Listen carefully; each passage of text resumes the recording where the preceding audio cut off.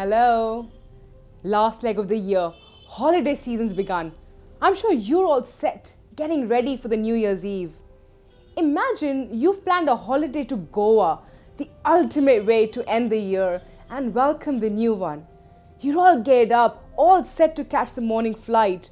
You board the flight and you're already dreaming of the beaches and the sports and the parties and all the fun. And then suddenly, you're brought back into reality. The biggest nightmare of your life just hit you. The flight has been hijacked. You see armed men occupying the aisles and panic in the voice on the microphone announcing that the cockpit has been acquired. The hijackers, armed with massive weapons, are gushing the passengers to one side of the aircraft.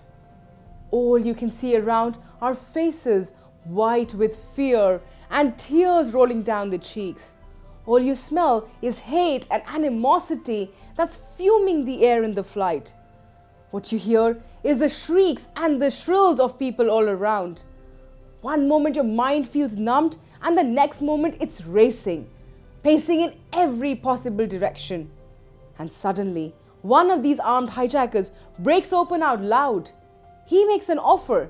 He asks everyone on board that the only mission they're on is to get everyone to succumb and give in to their orders. Everyone who wants to be alive will have to accept one condition: give up the freedom to practice their own religion and adopt their religion. They announce that they wish to see the world growing in one faith, and they can only allow those to survive if they will support their mission. Anyone who chooses to stay in the faith will choose their extinction. All you hear are screams and yells in the air. For a moment, imagine standing there. You are in that position. What would you do? What would be your next move? Would you choose life and give away your identity, your truth, your faith? Or would you stand for your rights, not looking at the consequences of standing by this truth? You must be thinking, have I lost it? Have I been watching too much cinema? But 2016 actually saw quite a few hostage situations in reality. For one moment, when I put myself in that situation, my nerves are wrecked. But then I'm reminded of an unparalleled historic moment. It was around the same time of the year, few hundred years ago, north of India, fierce winters. Two children, young age of 6 and 9, captivated by the ruling army for being the family of the biggest martyr history ever saw, the one who gave their head protecting the right to religious freedom of others. While being kept hostage, these children were asked by the ruler, "If you were set free, what would you do?" "Without a doubt, gather an army and attack you," was their fearless reply, "and will continue to fight for righteousness and justice until our last breath." Stunned by this defiance and the ego severely massacred, the ruler ordered them to either give up their religious identity or face the sword. What would we imagine from a 6-year-old under threat?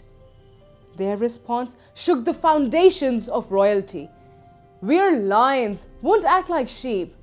We're not afraid of your sword," fiercely roared these two young boys. "Pe kahu ko detne, ne pe manat an, kaho nanak sun re mana, gyani tahe bakhan." Understand that person to be spiritually wise, who does not frighten anyone and who is not frightened of anyone else. Even luring these young kids with wealth and riches just failed. Perplexed by the strong front of these young children, the royals ordered merciless killing. Next day, these young sons were martyred for their chivalry, courage, and grit. They stood their ground. Their faith was unshaken, while they were being bricked alive mercilessly. How was this possible? What gave them this strength? How did they withstand these pressures? It could only be possible because they had one clear focus: to walk the path of Dharma, to live and die for righteousness. Only the true divine's light could give them this strength. Their supreme martyrdom will always remind the world that no power, no government, no fear or greed can shake the one who is merged with the one and reflects the true nature of the one. Ajay alay, abhay abhay, abhu aju, anas akas.